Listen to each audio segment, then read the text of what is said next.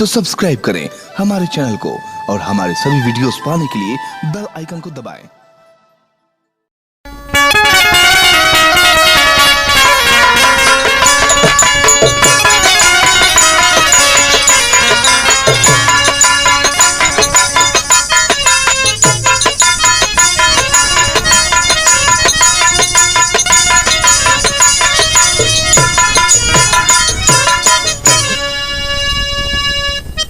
ए भौजी सुना सुना। का देवर जी का कहत हुआ? अरे भाई आवा समोसा खाला, गरम गरम समोसा है हमार। का करी देवर जी, हमरा के कुछ दिक्कत बा। का दिक्कत हो? लेकिन कहल का चाहत हुआ, बोला। सुना बोला।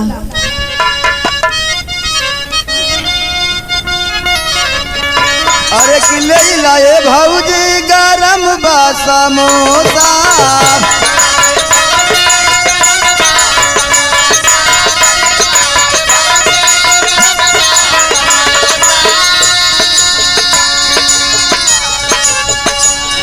अरे चाउमीन इडली सुघर बर्गर डोसा ले लाए भौजी गरम बा समोसा।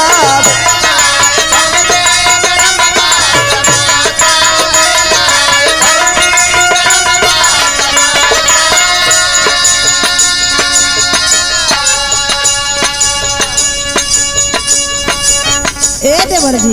हाँ बोला। हमारा के तीखा खाए के नहीं मन करत। काहे हो? सुना सुनावा। लेकिन जवन कहत बानी वो मिल जाई तो ठीक बा। सुनावा सुनावा। सुनी। ए देवरू, अरे ए देवरू तोहरा के का हम बताई। अच्छा अच्छा।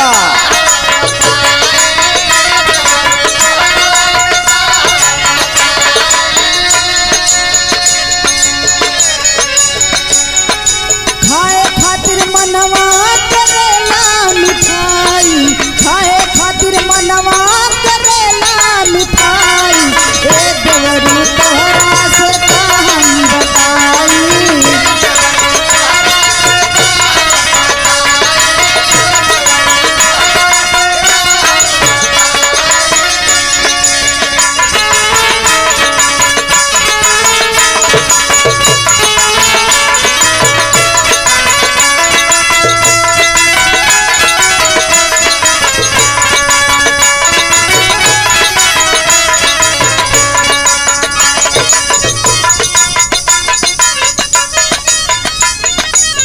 ए भौजी। का देवर जी? तोहरा के सब कुछ मिल जाई, लेकिन एक बात सुना हमार। बोला। अरे कि कलाकन से अच्छा बा छोला भटूरा।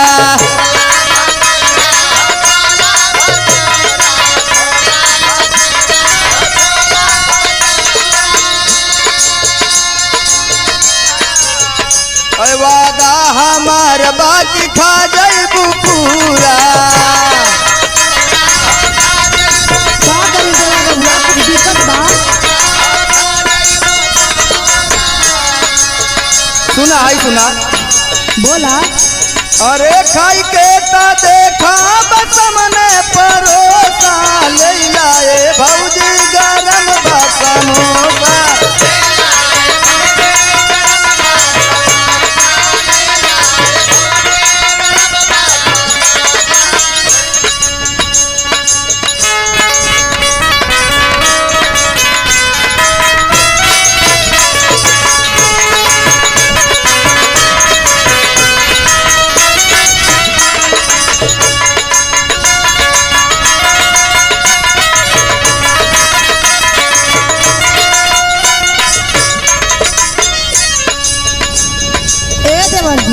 हाँ बोलाओ। हमारा के वो सब कुछ होना चाहिए। सुनी, हम अपन परेशानी बतावत बानी। बोला बोला बोला। हवा में पूरा परल बात छाला।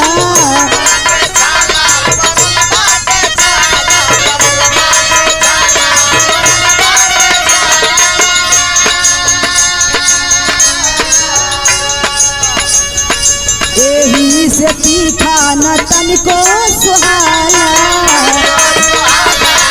का करी देवर जी?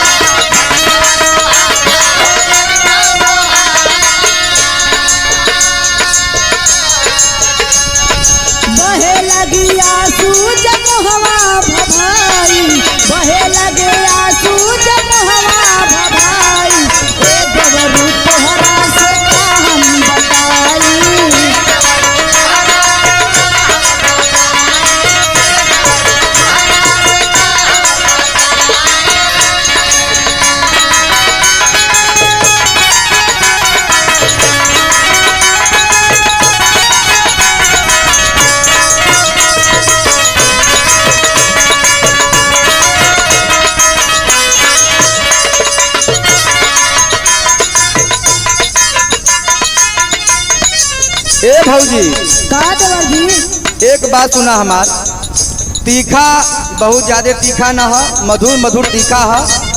और सुना बोला। कि परल बटे छाला जब खैबू मिठाई। का करी देवर जी? मोहला घर हो गइल बा हो। या बतिया के माना और हो जाई।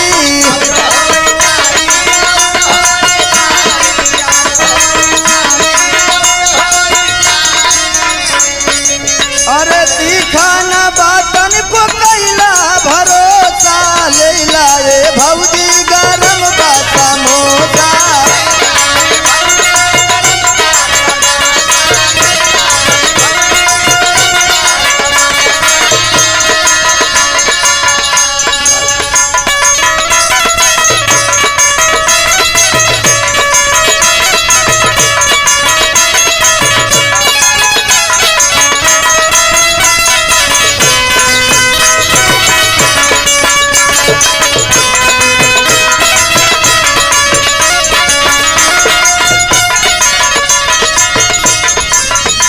ए देवर जी बोला भौजी।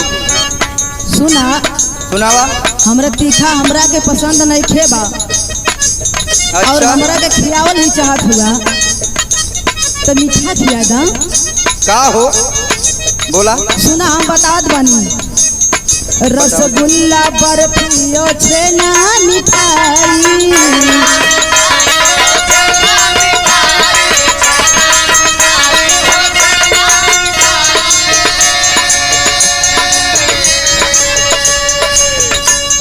मुन्ना तुझे सजी खियावले लियाई। बहुते खेले बानी, मन भर गइल बा। अच्छा अच्छा